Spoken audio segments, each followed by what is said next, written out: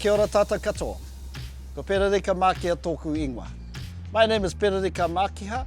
I'm the Kaihautu Māori for Coastguard New Zealand.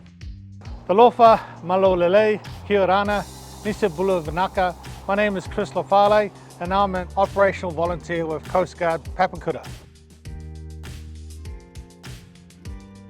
Crossing a bar is a high-risk boating activity, even for an experienced boatie. The most important part of your job as a skipper is to make decisions that will get everyone home safely. Key things to remember here are to never attempt a bar crossing without the correct knowledge and experience. So what is a bar?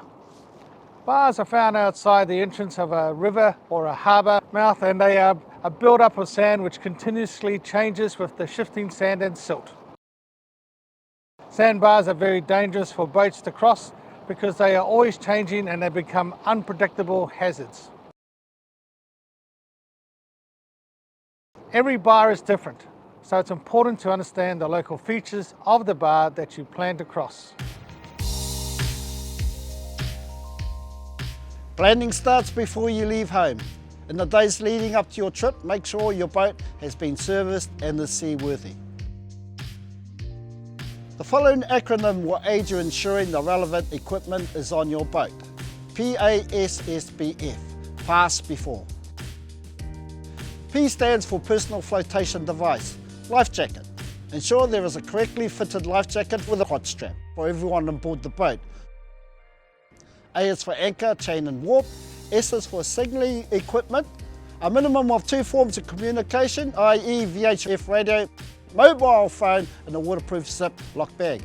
Flares or EPIRB. Second S is for secondary propulsion, auxiliary motor or oars. B is for bailer, bilge pump, and F is for fire extinguisher. Make sure that you have enough fuel. Use the 1/3 fuel rule. Have 1/3 for the trip out, 1/3 for the trip home, and 1/3 spare. Always check the marine weather forecast and be sure to look at the wind and the swell. You can find this information on our Coastguard app. And it's important to know the tide times for both heading out and coming back across the bar. Plan a trip timeline for getting out and getting back across the bar. Make sure you obtain local knowledge from the Coastguard unit or local experienced boatie about the best time to cross the bar. It's important to know the navigational markers for the bar you are planning to cross, as some bars have leading lights, beacons or landmarks. So in summary, check your boat using Pass BF, plan your trip, check weather and tide for the day you go out, check local information about the bar that you're going to cross.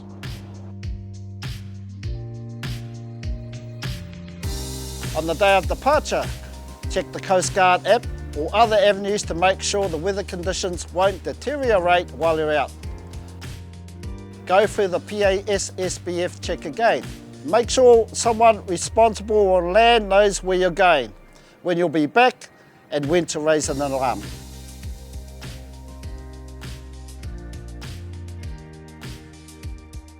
Identify the navigational markers and observe the best route to get across the bar and back. Double check your fuel and make sure the breather is open on your tote tank. Put your bung in and secure gear and any loose objects in your boat. Make sure you have 2 forms of waterproof communications. Check that they are working, battery power and recharging options too. Do a radio check with the Coastguard to ensure your radio is working. Go over the safety equipment with your crew and make sure everybody knows where it is and how to use it. Ensure everyone puts on their life jackets. It's really important. Immediately after launching, log your trip report with Coastguard.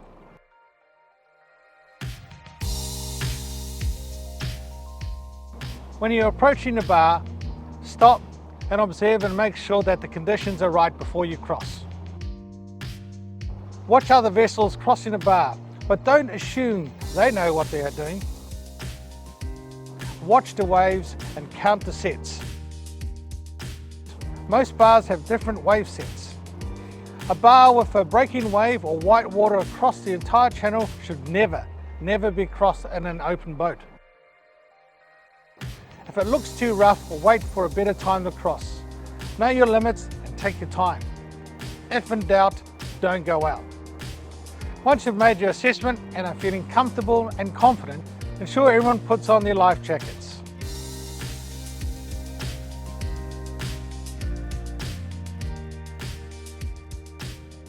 Good afternoon, Coastguard. Windstone Rescue, about to cross the Southern Channel, Cape Rēinga. When you're crossing a bar, it is vital that you log a bar crossing report with us on VHF or star 500 on your mobile phone. That way, if you don't close your report within 15 to 30 minutes, we'll launch a search and rescue response. Brief your crew before crossing the bar. Tell them where to stand or sit and make sure everyone has 3 points of contact and holds on tight.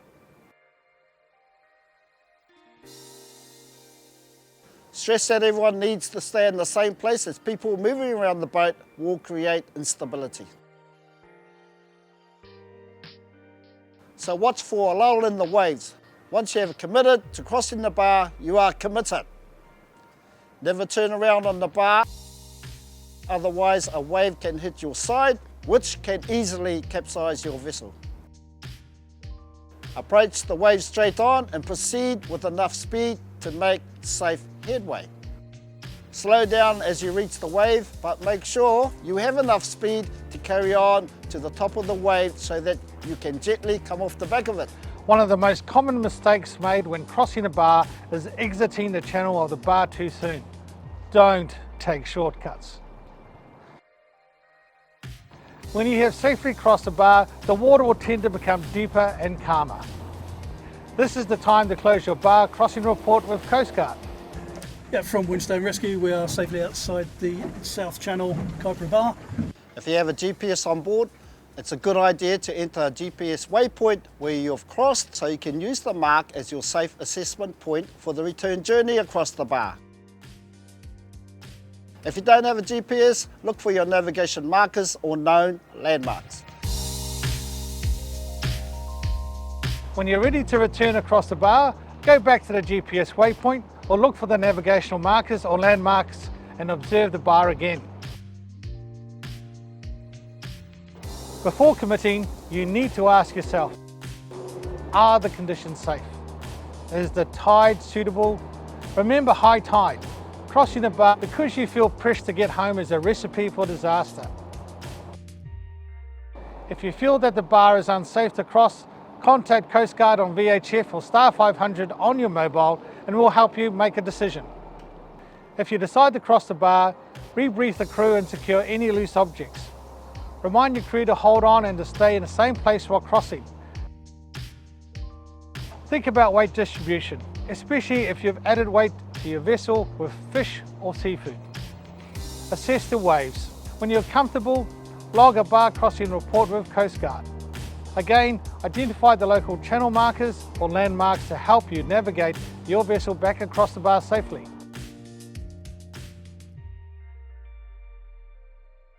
Pick a wave to cross the bar, stay focused on what's ahead. Delegate or choose one of your crew to keep a lookout behind to let you know if there is a wave catching up behind you. If you don't stay with the wave you've chosen, it's likely your boat will fall behind, risking the next wave catching up and capsizing or swamping your vessel. Ensure you proceed on a straight direction at an adequate speed.